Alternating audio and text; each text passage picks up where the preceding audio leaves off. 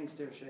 All right, well, today I'm going to talk about the Blue Jays playoff run, and not so much just that they're doing good, but everything that kind of tails along with it. So this is the first time in 22 years that the Blue Jays have been to the postseason. I think everybody's kind of heard that within the news.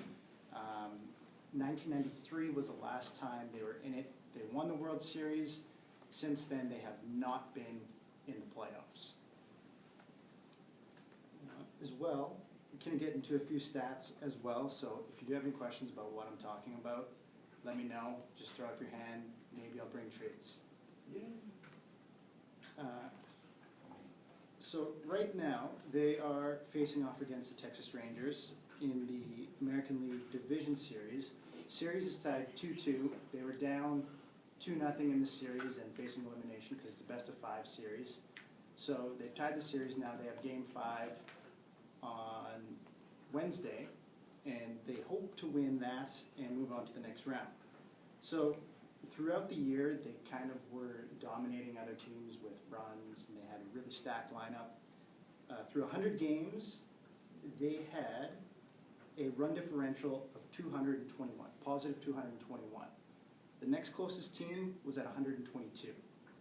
So if you think about that, that's pretty crazy that they're able to score that many runs. And that was actually the most runs through 100 games since 1911. So over 100 years for a team to get that many runs. So they were a 500 team at the end of July. Then they went out and made a couple of trades. These names probably mean nothing to you guys who don't follow baseball, but they got Troy Tulowitzki and David Price, two guys who are perennial all-stars, a great pitcher and a great shortstop, so kind of to solidify the team. Throughout August and September is when teams typically go a little bit under, don't do so well. The Blue Jays went 39-15, which is pretty crazy. Not a lot of teams have that much success. They see a lot of peaks and valleys, but they were able to pull it through.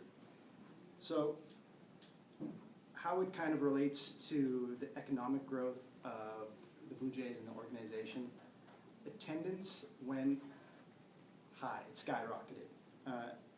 They talked to the chief financial officer within the Blue Jays, and he said on a regular basis, every game day they sell about 2,000 to 3,000 tickets on that day, just people picking up after work, coming through the stadium. After those two trades, they saw 29,000 to 35,000 people picking up game day tickets. So that's quite a big gap from almost maximum 5,000 people to almost 35,000 people.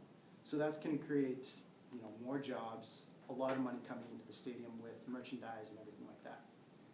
At the end of the year, they went on to win the AL East, their division, and people went crazy for merchandise. I was up in Calgary this weekend. You go into sports stores, you barely see any Blue Jays stuff.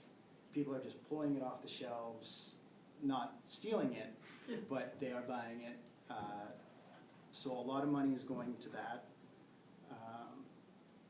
So you'll see a lot of Blue Jays stuff walking around the streets, not so much in the stores. Where else am I going here? That's great. Lost my spot. All right. Through the playoffs as well, it's kind of become a pretty big deal, and a lot of people were upset about the game times coming up. There was a lot of games in the afternoon during the workday, and a lot of people weren't happy with that. So a lot of companies let people take half days, or they were shutting down offices in Toronto and Calgary, which are pretty big centers. Places like Canadian Tire, Mark's Work Warehouse, Sport Check, they all give people the day off just to go and watch a Blue Jays game. So there was a lot of anticipation for this, being that they haven't been there in 22 years. And